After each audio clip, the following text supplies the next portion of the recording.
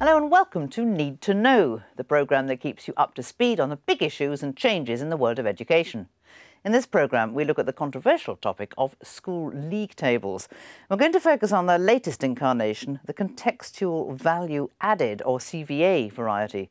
Here to explain what that actually means and why it matters to you is Mike Baker. Mike, league tables have been around for some 15 years. An element of value has been there for 5 years or so. So what's new about CVA? Yes, they have been around for a while, but we are getting some changes now. So the new contextual value-added approach to league tables is designed to give a more rounded and accurate picture of how schools perform, and along with the traditional league tables compiled by the press, is now established as one of the measures parents and teachers look at when choosing a school. So what are CVA league tables? And what do the CVA scores that you'll have seen in your papers, all hovering around the number 1000, actually mean? Well, it might help if we apply the principle to a league table most of us are familiar with. Here's the Premiership League table, dominated by the usual suspects: Manchester United, Arsenal, Chelsea and Liverpool. These teams do so well because they can afford to spend the most money on transfer fees, buying in players who are already trained to the highest levels. In education terms, they have an elite or highly selective intake. At the bottom of the table sit the Premiership minnows: Wigan, Sunderland, Fulham and Derby County. These clubs can't afford the very best players, and this is reflected in their results.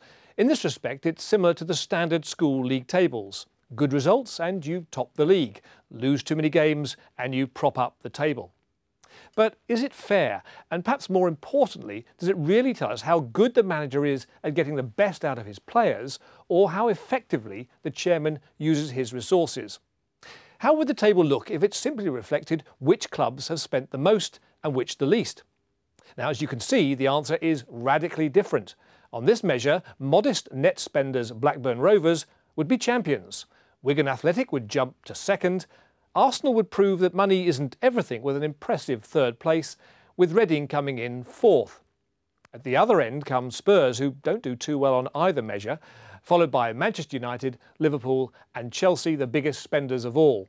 Fairer? Maybe. Controversial? Well, I'm sure Sir Alex Ferguson would have a few words to say about it. But this is similar to the effect of the new contextual value-added measure. A CVA score calculates a school's success in teaching its pupils after taking into account the circumstances that affect its intake, things like gender, ethnicity and poverty. The result, as in our contextual value-added Premier League table, has been a very different set of rankings from the traditional school league tables. And while some might argue that all parents and teachers want to know is which school is the best on raw results, if we want a measure of the effectiveness of a school, then contextual value-added offers a better insight. Mike, I don't actually speak football. I do understand history. Can you explain how we got to this point? I'll try not to speak football too much in that case. Yes, if you remember, of course, league tables came in right back with John Major when he had that thing called the Citizens' Charter, and there was a subset, the Parents' Charter. It was, if you like, it was about helping parents make consumer decisions, while at the same time also having an accountability measure for schools. Now, when Labour came in, they were pretty much committed to these tables as well, but they did want to make them a little bit more sophisticated, so they brought in the idea of value added, which at least showed the progress that pupils had made. We've also subsequently had other changes. For example, there was a focus very much on 5 A to Cs at GCSE. Now the governor said those 5 A to Cs must include maths and English, which again gives a very different sort of result. But all of this still doesn't take account of the background of schools, and that's what they've tried to do now. And let's let Kathy Christensen, who's in charge of CVA tables at the Department for Children, Schools and Families, explain that to us. It's telling us something different, it's telling us something new. There's no point in inventing another measure that just tells the same story. It's saying, right, exam results are very important, that tells you this. Contextualised value added levels the playing field, if you like. So a comprehensive school in an inner city area who might have what looks like quite low results in raw terms will be doing loads and loads of work with quite different pupils to a selective school in a leafy suburb. And that's why everybody really welcomed the initiative when we started trialling it way back a couple of years ago, because it's just different and it levels the playing field, I suppose is the best thing to say. So what are the factors the new performance measures will have to take into account? Well, as you can imagine, it's quite complex and there are quite a few of them. And they're all factors which we know from past research affect attainment. So the most obvious, I suppose, is eligibility for free school meals, effectively a poverty index. Gender is another factor affecting pupils' rates of progress. Then we have whether or not pupils have special needs, whether English is their first language, their ethnicity, and how much mobility there has been in terms of pupils changing schools frequently. Then there is a deprivation index based on the socioeconomics of pupils' postcodes. The final factors are the pupils' exact age and whether or not they are in local authority care. It might help to give a practical example of this. Yes, well, we can do that for you because here are 3 children. Let's call them John, Nadia and Ling. All the same age, all arriving in the same secondary school class and with the same level of attainment measured when leaving primary school. But in other ways, they are very different. John is a white boy with English as his first language and he is eligible for free school meals. Nadia is a girl from a Bangladeshi background and she has special educational needs. Ling is a Chinese girl and Chinese is her first language.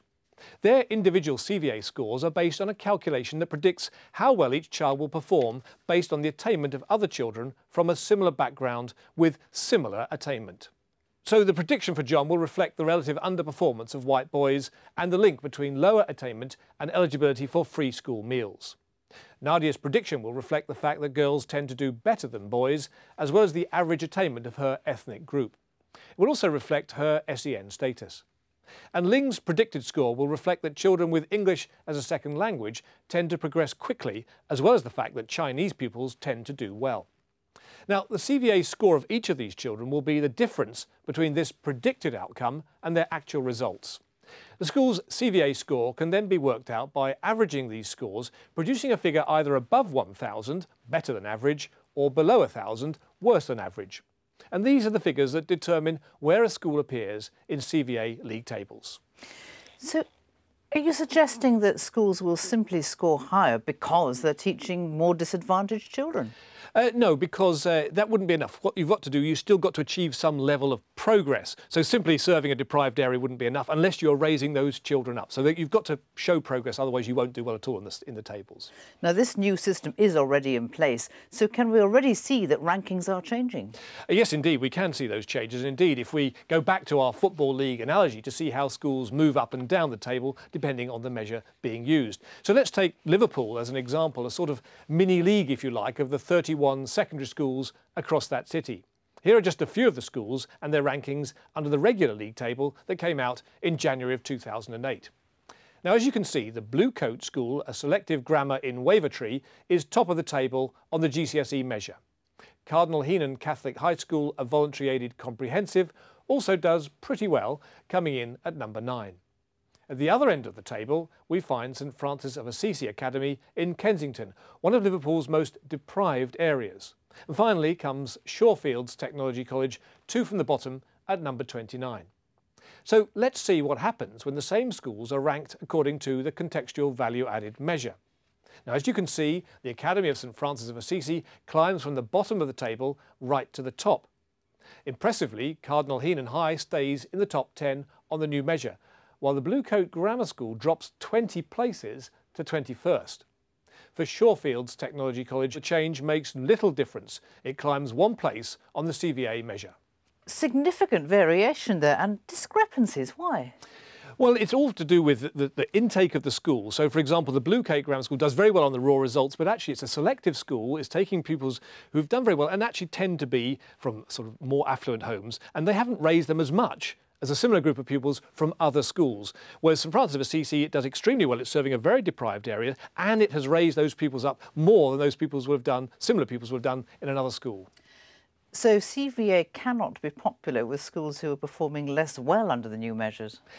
No, it's not, because as you can imagine, schools tend to like those ones that they've done well at. And it has caused all sorts of problems. And for example, there have been resignations amongst a number of head teachers over this. And let's hear from Mick Brooks, General Secretary of the National Association of Head Teachers, who's concerned about this. Where head teachers have resigned is where the contextual value-added data has been used by Ofsted inspectors to prejudge the performance of the school, and where that has ended up with a negative judgment on the school. Quite frankly, people have said, well, I'm going. If this is what you think of the school and my work, I obviously have no place here. And we're losing very good people because of that particular issue. There's also been criticism that CVA is protecting poor schools. Yes, I mean, some people have said it's a sort of an excuse for failure, but that's not really fair, because if you're serving a deprived area, you're not going to do well unless, as I said earlier, you really have got to raise up the level of those people. So you've got to get progress to do well. So there's no hiding place in that respect. Let's hear more on that from Cathy Christensen, again from the Department for Children, Schools and Families. Schools who've traditionally done very well indeed in the percentage of pupils getting, for example, 5 good GCSEs, might well find that they do less well in the, with the CVA score. And this is actually a good thing, because CVA is specifically designed to show something different. There are schools who do very well on both, but not everybody will. And that's not necessarily a bad thing at all, because it's telling a different story. Whatever kind of league table it is, there's criticisms that they persuade teachers to teach to the test. That's true, and of course there will still be an element of that. There are some advantages with the CVA, because you're no longer got crucial boundaries like, for example, the CD grade. That's not important because we're looking at overall progress of the pupils. But it still does depend on how children do in the test. And so we know children they progress at a different rate, some in fits and starts, some more smoothly. And so there's still an element of teaching to the test in this, yes. So, yet more data. It ought to be clarifying. Isn't it going to be confusing? Well, I think it is a bit confusing. I think the answer is you look at all these different types of tables. You look at raw figures, you look at the value added, and you look at the contextually value added, and you get a more rounded picture, if you like. But it still, nevertheless, hasn't satisfied some doubters. Let's hear from Mick Brooks again from the NAHT. Contextual value-added data is an attempt to make league tables fairer, but actually it's the wrong premise. It should not be used to make league tables fairer. It should be used for the purpose in school of assessing children and having a more accurate look as to how an individual school is performing. The problem is the league tables, and there is no justifying something that is unjustifiable. Well, clearly head teachers have still got some persuading to do on that one. But the government says that actually what it's all about is giving more data to parents and teachers and everybody. Let's hear again from Cathy Christensen from the Department for Children, Schools and Families. The really important thing for any member of the general public, any teacher, head, whoever's looking at the data, to remember is never ever just pick one piece of information in isolation, including CVA. Although it's often said that CVA is the nearest thing we can get to in isolating the school effect, it still should never be looked at all on its own. We still need to look at all of the other indicators that are available to the general public, and they all set each other in context almost. That is one of the most important messages. Well, that's what you need to know about CVA. That's what we have time for in this programme, but you'll find out more information on CVA on our website. Join us next time for Need to Know, when Mike will be helping us through another topic. But for now, from Mike Baker and me, goodbye.